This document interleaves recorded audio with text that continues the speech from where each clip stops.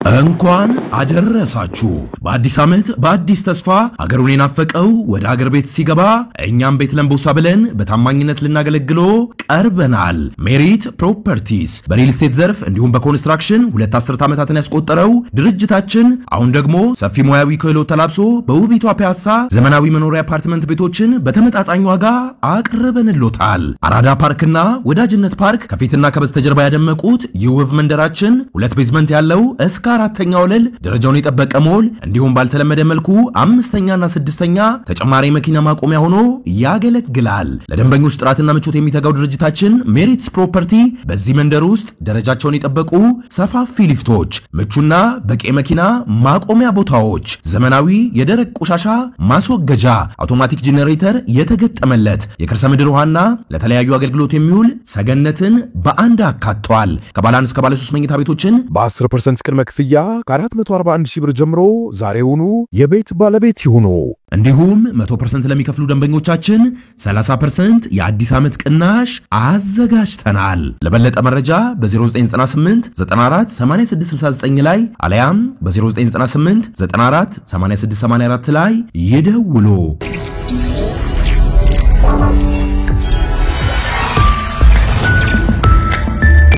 ይህ አዋዜ ሰበር ነው። ሐማስ ለአሜሪካው ፕሬዝደንት ዶናልድ ትራምፕ የሰላም ዕቅድ በጎ ምላሽ እንደሚሰጥ ተሰማ። አብሮም እንዲደረግ የሚፈልጋቸውን የማሻሻያ ነጥቦች ያቀርባል ብለዋል።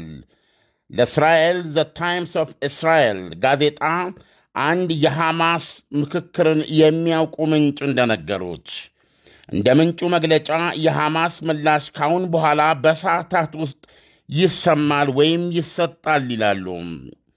ምንጩ ለታይምስ ኦፍ እስራኤል ሲነግሩት የግብፅ የኳታርና የቱርክ አሸማጋዮች ዕቅዱን በተመለከተ ዶሃ ኳታር ውስጥ ከሐማስ አመራር ጋር ፍሬያማ ውይይቶች ሲያካሄዱ ነበረ።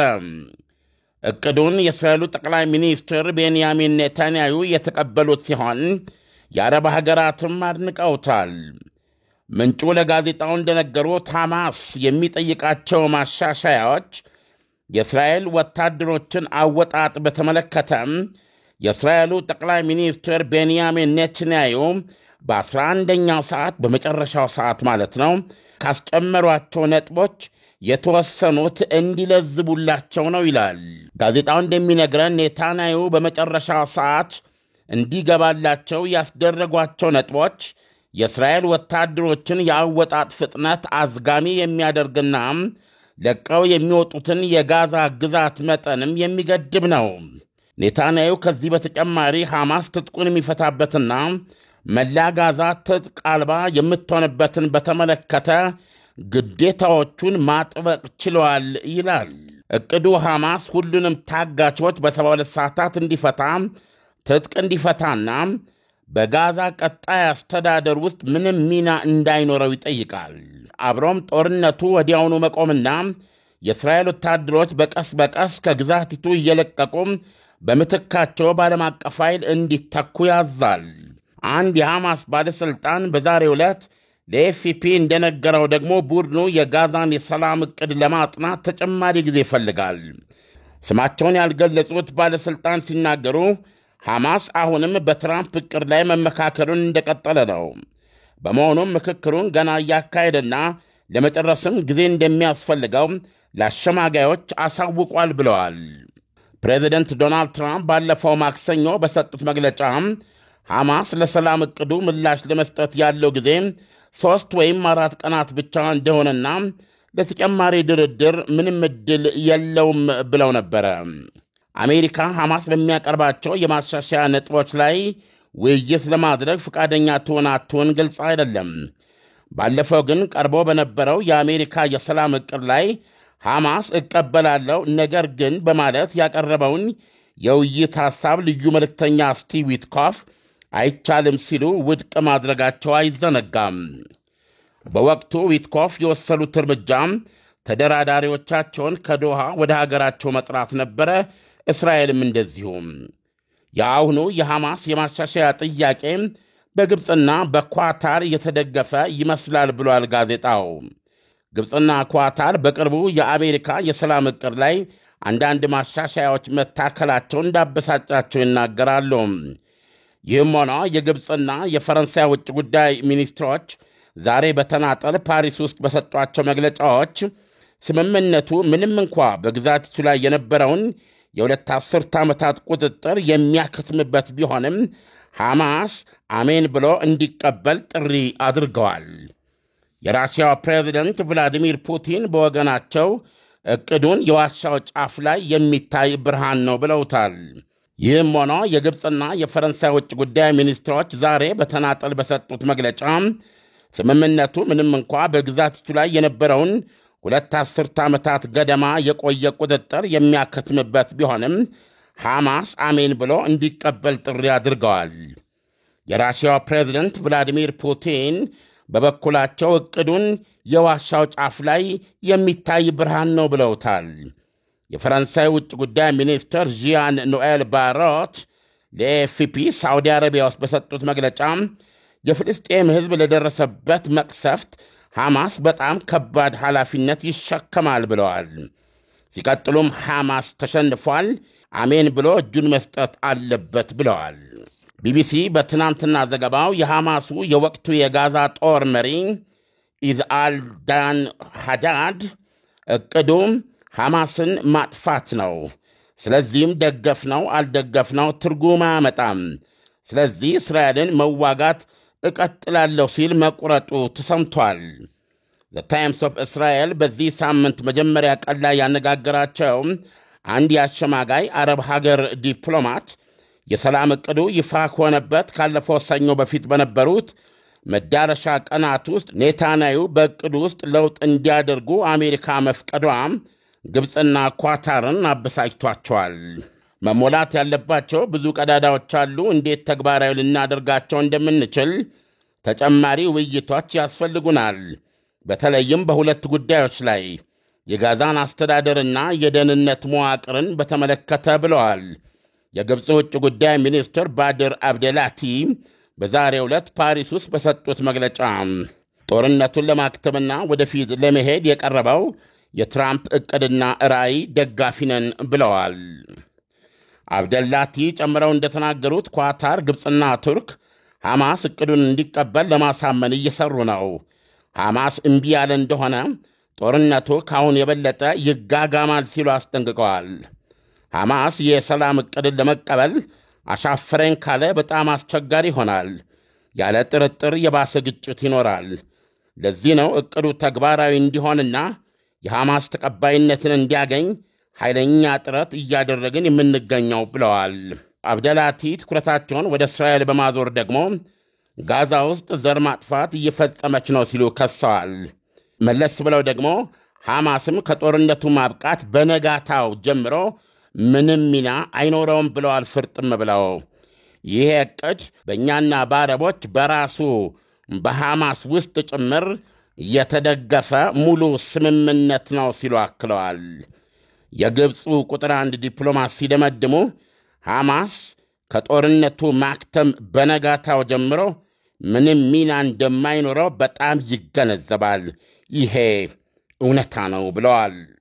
ኳታር አሁንም በዕቅዱ ላይ በመነጋገር ላይ ነች። ትናንት ሮብ ኤሚሩ ሼክ ታሚም ቢን ሐማድ አልታኒና ፕሬዚደንት ዶናልድ ትራምፕ በዕቅዱ ላይ በስልክ አውርተዋል። ኳታር ለሰላም ጥረቱ ያላትን ድጋፍ አረጋግጣለች።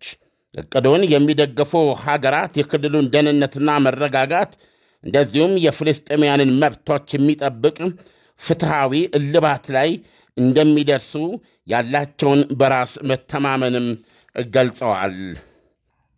ውሳኔው ቀላል አይደለም።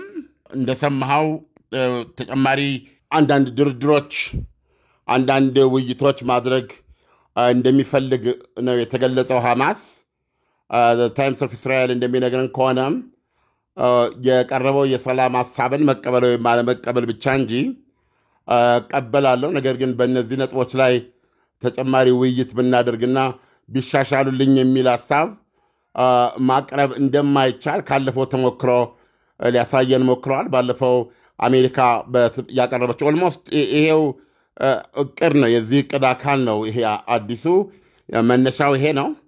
እና ዊትኮፍ በዚህ ጉዳይ ላይ የሐማስን ጥያቄ ባለመቀበል ሁሉም ነገር መቋረጡና መጨረሻ ላይ የአሜሪካንን ተደራዳሪዎች ወደ አሜሪካ መጥራታቸውን ከዶሃ ያው በዜናው ላይ ሰምተናል።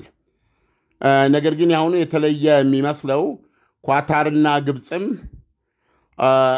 ይደግፉታል የሚል ነገር ነው የምናየው። ምክንያቱም አሁን በዜናው ላይ እንደሰማው በመጨረሻው ደቂቃ ላይ የእስራኤሉ ጠቅላይ ሚኒስትር ቤንያሚን ኔታንያሁ የነበረው የሰላም እቅድ ላይ አንዳንድ ተጨማሪ ሀረጎች ማስገባት ችለዋል ነው የሚለው። ይሄም የእስራኤል ወታደሮችን አወጣጥ በተመለከተ እንግዲህ እነ ኳታርና ግብፅ እንደሚነግሩን በዚህ በተባበሩት መንግስታት ጠቅላላ ጉባኤ 80ኛው ጉባኤ ወቅት ለጥቂት የአረብና የሙስሊም ሀገራት ይፋ ያደረጉት እቅድ ነው። ስለዚህ በመጨረሻው በ11ኛው ደቂቃ ላይ ኔታንያሁ የእስራኤል ወታደሮችን ከጋዛ የሚወጡበትን ፍጥነት ከጋዛ የሚወጡበትን አጠቃላይ መጠን በተመለከተ የነካኩት ነጥብ አለ ነው የሚሉት። እሱም ብቻ ሳይሆን የሐማስ ሙሉ በሙሉ ትጥቅ መፍታትና እንዲሁም ጋዛ ዲሚሊታራይዝድ የምትሆንበት ከማንኛውም ታጣቂና ትጥቅ ነፃ የምትሆንበትን በተመለከተ አንድ የሚያስፈልግ ቅድመ ሁኔታውን ወይም ይሄ መደረግ አለበት የሚለውን ወይ አፈጻጸሙን ዋቴቨር እሱ ላይ አንዳንድ ጉዳዩን የሚያጠብቁ ነገሮች ጽፈዋል ይላል። እንዲገባላቸው ማስደረግ ችለዋል ይላል። ይህም ዘ ታይምስ ኦፍ እስራኤል እንደሚነግረን ግብፅና ኳታርን እንዳበሳጨ ነው። ስለዚህ አሁን አንድ ነገር ግን በግልጽ ይታያል። የግብፅ ውጭ ጉዳይ ሚኒስትር ያሉትን የደጋገሙትን እሳቸው የሚናገሩት ኳታርንም ቱርክንም አካተው ነው። አንድ ነገር ግልጽ ነው። አሁን እቅዱ አለ። እቅዱ በሁለቱም ወገን ተቀባይነት ሲያገኝ ጦርነቱ ይቆማል። የመጀመሪያው ነገር ይሄ ነው። ጦርነቱ ይቆማል። ለምሳሌ አሁን ሌትሴ ሐማስ እቀበላሉ አለ ያለምንም ቅድመ ሁኔታ። ምሳሌ ነው የምነግረው። ከዓለም እና አሜሪካ ተቀብሏል ብላ ካስታወቀች ጦርነቱ አውቶማቲካሊ ፍሪዝ ማድረግ አለበት ነው። ጦርነቱ መቆም አለበት። ይሄ ዋናው ነው። እሱን ተከትሎ ኢሚዲየትሊ የሚቀጥለው ጦርነቱ ቆሟል በተባለ ማግስት 600 መኪና ለጋዛ የሚያስፈልገውን ጭኖ መግባት አለበት። ከዛ በኋላ አይቋረጥም ማለት ነው። ሕክምና ማናቸውም በአንድ በጦርነት ተጎዳ ቦታ ላይ ልታደርግ የሚገባቸውን አስቸኳይ የነፍስ አድን ስራዎች፣ ሕፃናትን ነፍስ አድን ምግቦች ማድረስ፣ መመገብ፣ አስቸኳይ ሕክምናዎች መስጠት ቀዶ ይገባሃል ምን ማለት እንደሆነ። ይሄ ኢሚዲየትሊ የሚገባ ነው። ይሄ ኢሚዲየትሊ እንቅስቃሴ የሚደረገው ደግሞ የጋዛ ሰማይ፣ መሬት፣ ባህር ተኩስ የለም። ኖ ሞር። ይሄ እነዚህ ናቸው ሁለት የመጀመሪያዎቹ ድርጊቶች እነዚህ ናቸው። የጦርነቱ መቆም፣ በዛው ፍጥነት ለጋዛ የሚያስፈልገው ማንኛውም ሰብአዊ ነገር መጉረፍ ልል ይችላል። ከዛ በሶስተኛ ደረጃ ኢሚዲየትሊ የሚደረግ ነገር በ72 ሰዓታት ውስጥ ማለት ነው 2 ዓመት ሙሉ በሐማስ እጅ የማጠቁ የእስራኤል ታጋቾች ቀሪዎቹ በአንድ ጊዜ ወደ ሀገራቸው ወደ እስራኤል በመግባት ከቤተሰቦቻቸው ጋር ከአስፈላጊ ሕክምና በኋላ ይቀላቀላሉ ማለት ነው። 48 ናቸው።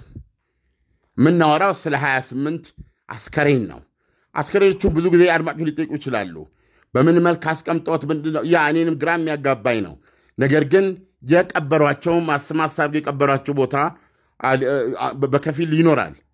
ከዛ ውስጥ እያወጡ ሌሎችን ደግሞ ካስቀመጡበት እየተደረገ ተሰብስበው ነው የሚሰጠው ኢሳያስ እና በህይወት ያሉ ግን 20 አሉ እና እነዚህ 20ዎች በህይወት ለሀገራቸው፣ ለዘመዶቻቸው፣ ለወገኖቻቸው ይበቃሉ ማለት ነው። እና ትልቁ የሁለት ቁስል በዚህ መንገድ በፍጥነት ልባት ያገኛል። ከዛ በኋላ እንግዲህ የሐማስ ትጥቅ መፍታትና ማስረከብ፣ የእስራኤል እና የጋዛ ከማንኛውም ትጥቅና ታጣቂ ነፃ መሆን ማለት ነው። የእስራኤል ወታደሮች መውጣት ሂደት ጀምራል። የእስራኤል ወታደሮች እየለቀቁ በሚወጡበት ቦታ እግር በእግር የሚተካ ዓለም አቀፍ አረጋጊ ኃይል ይገባል። እንደዚሁም እሱን በበላይነት የሚቆጣጠርና ለጋዛ ግንባታ ገንዘብ የሚያሰባስብ አጠቃላይ ስትራቴጂክ እንትን የሚያደርግ ይሄ እንግዲህ ነገርኩ የሽግግር መንግስቱ ከፍልስጤማውያን ቴክኖክራትስ ውስጥ እንግዲህ ባለሙያዎች እንደዚህ በህዝብ ውስጥ ተቀባይነት ያላቸው ዋቴቨር ተመርጠው በጊዜያዊ የሽግግር መንግስትነት ያገለግላሉ። ለህዝቡ የሚያስፈልገውን አገልግሎት ይሰጣሉ ማለት ነው። የሰለጠኑ የፍልስጤም ፖሊሶች በግብፅ እየሰለጠኑ የህዝቡን የዕለት ከዕለት ደህንነት ይጠብቃሉ ከዚህ ከዓለም አቀፍ ኃይል ጋር በመሆን ማለት ነው። እና ቦርድ ኦፍ ፒስ የሚባለው ምናልባት እስካሁን በምናነበው በዶናልድ ትራምፕ ናቸው መሪው። ነገር ግን የቀድሞው የእንግሊዝ ጠቅላይ ሚኒስትር ቶኒ ብሌር እዚህ ላይ ምናልባት የመሪነት ሚና ሊጫወቱ እንደሚችሉ እየተነገረ ነው። የዓለም አቀፍ አካል ገንዘብ ማሰባሰብ፣ የጋዛን ግንባታ ሂደት የሚያስፈልጉ ነገሮችን የማሟላት ሌሎች ነገሮችን በዝርዝር ወደፊት የምንሰማው ይሆናል። እንግዲህ እቅዱ በአጠቃላይ ይሄ ነው። ኢሳያስ አሁን ያነበብነው ዋቴቨር ዜናው ሐማስ ይቀበላል የሚል ነው። እሱንም በሚቀጥሉት ጥቂት ሰዓታት ውስጥ ልንሰማ እንችላለን ይላል። አይ ቲንክ እኔም እስከ መጨረሻው ደመነፍሴ የሚነግረኝ መሆንም ያለበት ይሄ በምንም መንገድ መክሸፍ የሌለበት እውነቴን ነው የምለው የማንኛውም ሰው የሆነ ፍጥረት ሁሉ የልብ ምት የሆነ የሰላም ሐሳብ ነው ይሄ። ስለዚህ ሐማስም እንግዲህ እስራኤል ተቀብለዋለች። ሐማስም ከተቀበለው ዩሬካ ነው እልል እንደሚሉት እናቶቻችን ማለት ነው። እንደዛ ነው የሚሆነው። ኢሳያስ ዓለም እንግዲህ ሐማስ ይሄንን ከተቀበለ ስቴፕ ባይ ስቴፕ ፍልስጤም ወደ ሀገር ወደ መሆን ሂደት የምትሄድበት ሁኔታዎች ይኖራሉ ማለት ነው። ከዚህ በኋላ የፍልስጤም ሕፃናቶች ሳህን ይዘው ምግብ የማይለምኑበት፣ ሳህን ይዘው የማያለቅሱበት ሁኔታዎች ይፈጠራሉ። ዓለም በደስታ ሊያነባ ይችላል ብለህ ትገምታለህ? እንኳን አደረሳችሁ።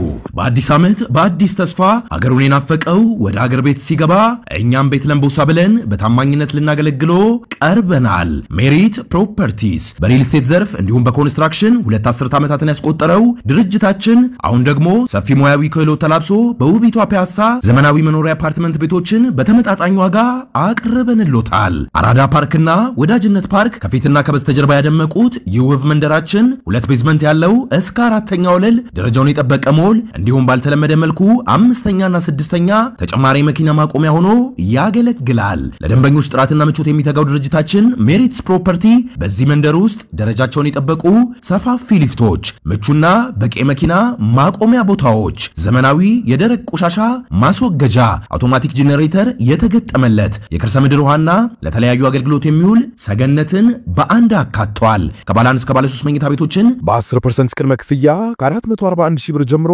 ዛሬውኑ የቤት ባለቤት ይሁኑ። እንዲሁም 100% ለሚከፍሉ ደንበኞቻችን 30% የአዲስ ዓመት ቅናሽ አዘጋጅተናል። ለበለጠ መረጃ በ0998 94 8669 ላይ አለያም በ0998 94 8684 ላይ ይደውሉ። ሐዘን የሚታዘነው አሁን ሐዘንን ለማዘንም እኮ እስቲ ዝም ብለህ በዓይነ ህሊናህ እስኪ 2 ምሳሌ ልስጥህ። በዚህ በኩል በእስራኤል ቦታ ቁም፣ በዚህ በኩል በፍልስጤማውያኑ ቁም፣ እነሱ ጎን ቁም። ፍልስጤማዊ ዛሬ አልሞትም ብሎ ማመን የሚችልበት ሁኔታ፣ ዛሬም የሞትበት ሁኔታ የለም ብሎ ሊያስብ የሚችልበት ቀን ማግኘት ታምር አይደለም እንዴ?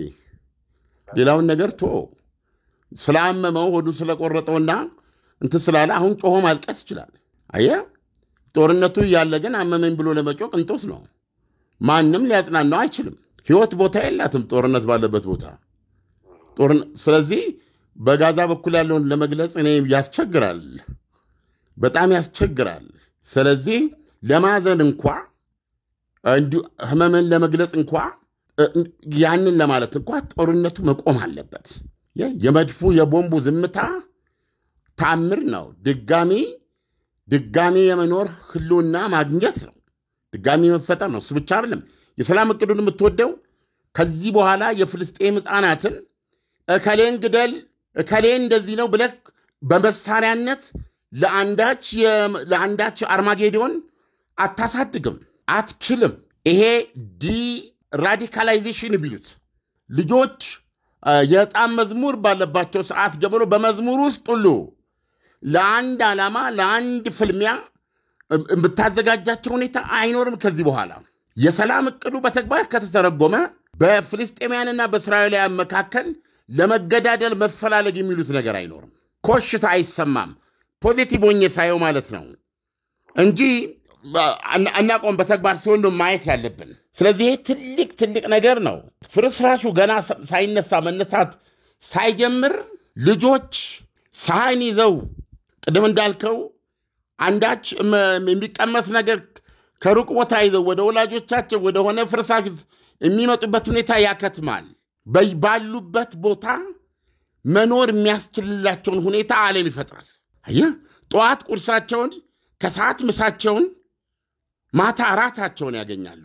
እና ሰርፕራይዝ እንገር ፕሮባብሊ አንድ ሳምንት አይፈጅም ጀርባቸው ላይ ቦርሳቸውን ያደረጉ ትንንሽ ቆንጆ የፍልስጤም ሕፃናት የሆነ ህንፃ ላይ በተከፈተ ትምህርት ቤት ውስጥ መማር ይጀምራሉ። ትምህርት ቤት መሄድ ይጀምራሉ። በኮዳ ውሃ ይይዛሉ። ከዚህ በላይ እዛ ውስጥ ሊኖር የሚችለውን ነገር ልነግርህ አልችልም። ኢትስ ላይክ ህይወት እንደገና ተሰጠ ማለት ነው። ሁለተኛ እንደ ሀገር ደግሞ ራሱ አሁን ፍልስጤም ይሄን ቁስል ማዳን አለባት። ከዚህ ቁስል ማዳን ብቻ ሳይሆን እንደ አዲስ ሀ ብሎ የሚነሳ ከፊት ለፊታቸው ዓለም በተካፈለበት ሁኔታ አንድ ቀን በየደረጃው በዓመታት ሂደት ውስጥ እየተቃረበ የሚመጣ የፍልስጤም ሀገርና መንግስት እውን ለሚሆንበት ሀገራቸው ነው የሚኖሩት። በዚህ መንገድ ነው የሚኖሩት። ስለዚህ ከትምህርታቸው፣ ከመዝሙራቸው፣ ከአጠቃላይ እስከዛሬ ከነበረው የህይወት እንትናቸው ይወጣሉ። እንደ ማንኛውም ሕፃን ስቀው ቦርቀው ተምረው ልቀው እንዲያድጉ ነው የሚደረገው። ሀገር ካለ ነገ የሚመሰረት የፍልስጤም ሀገረ መንግስት ለዛ ሀገረ መንግስት ግንባታ ሀገራቸውን ሀገር ለማድረግ ያንን ቀጣዩን ጊዜ የሚገነቡ ናቸውና ለዛ ነው መዘጋጀት ያለባቸው እንጂ ጠላትን ግደል ተብለው ወገባቸው ላይ ቦምብ አሸርጠው ገሎ የሚሞቱበት አይነት ራዲካላይዜሽን መወገድ መታጠብ ይጀምራል ይላል የሰላም እቅዱ። በዚህ ደረጃ ነው። ወደ እስራኤል ስትመጣ ትልቁ ራስ ብታት በጋዛ በኩል እስራኤል በምንምና በምንም ሁኔታ ድጋሚ 24 ሰዓት ማማ ላይ ቆማ የምትጠብቅበት ሁኔታ አይኖርም። ኮሽታ እንዳይኖር ነው ስምምነቱ። ፍልስጤም ጋዛ ትጥቅና ታጣቂ አይኖራትም። ሐማስም ትጥቅ ይፈታል፣ ኢስላሚክ ጅሃድ ትጥቅ ይፈታል። ማንም ተዋጊ አንጃ እዛ ውስጥ ቦታ የለው። ከዚህ በኋላ ፍልስጤምም ጋዛ የምትተዳደረው ከራሷ ማህፀን በወጡ መሐንዲሶች፣ ዶክተሮች፣ መምህራን፣ የሃይማኖት አባቶች እንደዚሁም ደግሞ በተለያየ ማህበራዊ አስተዋጽኦአቸው እውቅናና ክብር ባላቸው ዜጎች በሚመሰረት የመንግስታዊ ኮሚቴ ነው። ይሄ ነው ከበላዩ እንዳልኩ ነው። ይሄ ለራሷ መጀመሪያ ጋዛ ቁስሏን መሻርና እንደገና መገንባት ነው ያለባት። ፍልስጤማውያን ከመሬታቸው አይነቀሉም። ባሉበት በዚህ በኩል እየጸዳ በዚህ በኩል እየተነሳ በዛ በኩል መሰረት ይጣላል። በዛ መንገድ የሀገራቸው፣ የመሬታቸው፣ የህይወታቸው፣ የማንነታቸውና ብሎም የመንግስትና የሀገራቸው ባለቤት ይሆናሉ። ይሄ ነው የሰላም እቅዱ የሚያሳየው። ማንም ይሄንን ስታስብ ደግሞ በእስራኤሎች በኩል መልካም ጎረቤት እያገኙ መሆናቸውን በተጨባጭ የሚያሳይ ነገር ያለው ወደ እስራኤልና ኢሚዲየትሊ የኮሽታ ይሰማም ብያለሁ። 2 ዓመት በምን ሁኔታ እንደተያዘ ጤንነቷ እንዴት እንደሆነ ልጅህን፣ አባትህን፣ የአንዳንዶች አያቶቻቸው ጭምር ሕፃናቶች ስለተለቀቁ ነው። በነገራችን ላይ ያስቀድሙ 2 ዓመት በዚህ መጠን እንዴት አደር ይሆን? እህል በላ ሆይ መቱት። 1 ሚሊዮን ነገር ማሰብ አለብህ። ኢት ኢዝ ሲምፕል። ራስን በእነሱ ቦታ አስቀምጥ። ይሄ 2 ዓመት ቤታቸው ያልገቡ እስራኤላውያን በመቶ ሺዎች የሚቆጠሩ ናቸው። ሰርክ ከቴላቪቭ፣ ኢየሩሳሌም፣ ባቴም ኤቭሪ የእስራኤል ከተሞች ከቤታቸው እንደወጡ የንሆለሉ አሉ። ልጄ፣ እህቴ፣ እናቴ በማለት 2፣ 3፣ 4፣ 5 ቤተሰብ ያጧሉ። ያንን ፊልም አለማየት ነው። እንደገና በዛ ሁኔታ ተወስደው ሬሳቸው አጥማቸው የተመለሰ እናትና ሁለት ሴት ልጆች አውቃለሁ። አሳዛኝ ነገር ነው ያለው በሁሉም ሳይድ ስታየው። ኦክቶበር 7 the most cursed day በጣም የተረገመ ቀን ነው። እምባ ይሄ ለእስራኤላውያኑም ለሀገራዊ ጤንነታቸው ከኦክቶበር 7 ጀምሮ ሀገሪቱ እንደታወከች ያለች በመንፈስ እና ይሄ ያንን የሚያሽር ነው። ዩሲ ስለ እውነት ነው የምነግርህ። ሁሉም እፎይታ ያስፈልጋቸዋል። ሁሉም ሰላም ያስፈልጋቸዋል። ሁሉም ጤናቸውን ማግኘት አለባቸው እና በእውነት ነው የምነግርህ ዶናልድ ትራምፕ ከዚህ ዕቅዳቸው ጋር ጥርሳቸውን ነክሰው ከሰሩበት የኖቤል የሰላም ሽልማት is nothing። እውነቴን ነው የምነግርህ። ተሰጣቸው አልተሰጣቸው ሕይወት ይበልጣል ብለው አምነው ሊተውት የሚችሉት ነገር ነው። ይሄ በሁላችንም ልብ ውስጥ ነው የምነግርህ ቦታ የሚሰጣቸው ነው። ይሄ ጦርነት ትናንት ሊቆም ይችል ነበር። አዎ ከትናንት ወዲያ ሊቆም ይችል ነበር። በጣም ከትናንት ወዲያ ሊቆም ይችል ነበር። አዎ ይሄ ጦርነት ከቶም ሊጀመር አይችልም ነበር። አዎ ይሄ ጦርነት በፍጹም መምጣት አልነበረበትም ነበረ። ኦክቶበር 7 መኖር አልነበረበትም ነበረ። አዎ ግን መሰረታዊ ጥያቄ እና አሁን ምን ይሁን እና ምን እናርጋቸው? ምን ይደረግ? እንደዚህ አይነት ተግባራዊ ውሳኔ የምትወስደው ማስቆም በቻልክበት ሰዓት ይመከራ ማስቆም። ስለዚህ ለምን ዛሬ አደረጉት አያስብላቸውም? ዶናልድ ትራምፕን ታምር አደረጉ ነው የሚባለው። እኔ በእውነት የሰው ልጆች ስቃይ በጠቅላላ ዓለም በሙሉ በሆነ መንገድ የታወከበት የታመመበት ነገር ነውና ለጠየቀኝ ጥያቄ ፋይዳው ይሄ ነው። ኢሳያስ ይሄ ነው የሚሆነው እና ዶናልድ ትራምፕ ኦክቶበር 10 ነው ማንዴ የኖቤል ሰላም ሽልማት ኮሚቴ የሚያሳውቀው። ኦሬዲ እሳቸውን በተለያየ ምክንያት መርጧቸዋል ብዬ ነው ማስበው። ነገር ግን ይህንን ሐማስ ተቀብሎት ይህንን እስካሁን በቃል የነገርኩ በተግባር መተርጎም ከጀመረ በጋዛ፣ በኢየሩሳሌም፣ በቴላቪቭ ደስታ ካየን እውነቴን ነው የምነግርህ ያ ኮሚቴ የዚህ የኖቤል ሰላም ምክንያት የሆነው ፈንጂ ስለሰራ ለጥፋት ስለዋለበት ተጸጽቶ አልፍሬድ ኖቤል እሱን ድጋሚ እንደገደሉት ነው የምቆጥረው። የጋዛ ጦርነትን አስቁመው ዶናልድ ትራምፕ የኖቤል ሰላም ሽልማት ሳይሸለሙ ቢታለፍ ነው ብነግርህ አልፍሬድ ኖቤል ድጋሚ እንደሞተ ነው የምቆጥረው። ከዛም በኋላ ሜን የኮሚቴዎች ሸቀጥ አድርጌ ነው የማየው እንጂ አላከብረውም። ግን እግዚአብሔር ይህንን እውን ያድርገው እና በዚህም ተባለ በዚያ ሐማስ ይህንን ተቀብሎ በእውነት ነው ብነግርህ ሰላም እንዲወርድ እንመኛለን። ዓለም በመካከለኛው ምስራቅ ጦርነት ማለት በጋዛና በእስራኤል መካከል ያለው ጦርነት በርግጥስ በሁለቱ ሀገራቶች ብቻ ያለ ጦርነት ነው ወይ? እንግሊዝ፣ ፈረንሳይ ወደ በጣም በርካታ ሀገራቶች በልባቸው እርቁን ቢፈልጉትም የነበረውን ጫና ለመቀነስ ጎራ እስከ መለየት ደርሰው አልነበረም ወይ? የአሁን ሰላም መምጣት ፍጹም ኦልሞስት የዓለም ሰላም ማግኘት አይደለም ወይ? ትልቁ ነገር ጠብን ከሩቅ አይደለም ጦርነትን ማንኛውንም ጠብ ከሩቅ ማስወገድ ብልህነት ነው። አለበለዛ አንድ ድርጊት ላይ መጨረሻ ላይ በሰላም ሊፈጽሟቸው ተነጋግረው ሊፈጽሟቸው የማይችሉ ነገሮች ሲኖሩ ነው ጠመንጃ የሚነሱ አይደለም። ጠመንጃው ከተነሳ በኋላ ሁሉም የራሱን ወገን ይፈልጋል። ስለዚህ አንድ ጦርነት ብቻውን የሁለት ተዋጊዎች ብቻ ሆኖ አያውቅም። የራሽያና የዩክሬን ጦርነት የሁለት ወገኖች ጦርነት ብቻ አይደለም። የጋዛና የሐማስ ጦርነትም የሁለት ወገኖች ጦርነት አይደለም ብቻ አይደለም። ባለመሆኑ ይመስለኛል። አሁን ግን ወደዛ ወደ ኋላ ተመልሰን ልናወራ አንችልም። እዚህ አስደሳች ምዕራፍ ላይ ቆመን ሰው ምናልባት በመልስልህ ደስ የሚለኝ የዓለም ሰላም አይደለም ወይ የጋዛ ሰላም የጦርነቱ መቆም ላልከኝ አብሶሉትሊ ሙሉ በሙሉ ፍጹም የዓለም ሰላም ነው። ዓለም ለትንታኔው ከወዲሁ አመሰግናለሁ። መልካም ምሽት ይሁንልህ። መልካም ምሽት።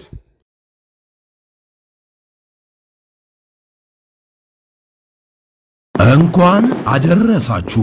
በአዲስ ዓመት በአዲስ ተስፋ ሀገሩን የናፈቀው ወደ ሀገር ቤት ሲገባ እኛም ቤት ለምቦሳ ብለን በታማኝነት ልናገለግሎ ቀርበናል። ሜሪት ፕሮፐርቲስ በሪል ስቴት ዘርፍ እንዲሁም በኮንስትራክሽን 2 አስርት ዓመታትን ያስቆጠረው ድርጅታችን አሁን ደግሞ ሰፊ ሙያዊ ክህሎት ተላብሶ በውቢቷ ፒያሳ ዘመናዊ መኖሪያ አፓርትመንት ቤቶችን በተመጣጣኝ ዋጋ አቅርበንሎታል። አራዳ ፓርክና ወዳጅነት ፓርክ ከፊትና ከበስተጀርባ ያደመቁት የውብ መንደራችን 2 ቤዝመንት ያለው እስከ 4ኛ ወለል ደረጃውን የጠበቀ ሞል እንዲሁም ባልተለመደ መልኩ 5ኛና 6ኛ ተጨማሪ መኪና ማቆሚያ ሆኖ ያገለግላል። ለደንበኞች ጥራትና ምቾት የሚተጋው ድርጅታችን ሜሪትስ ፕሮፐርቲ በዚህ መንደር ውስጥ ደረጃቸውን የጠበቁ ሰፋፊ ሊፍቶች፣ ምቹና በቂ መኪና ማቆሚያ ቦታዎች፣ ዘመናዊ የደረቅ ቆሻሻ ማስወገጃ፣ አውቶማቲክ ጄኔሬተር የተገጠመለት የከርሰ ምድር ውሃና ለተለያዩ አገልግሎት የሚውል ሰገነትን በአንድ አካቷል። ከባለ 1 እስከ ባለ 3 መኝታ ቤቶችን በ10% ቅድመ ክፍያ ከ441 ሺህ ብር ጀምሮ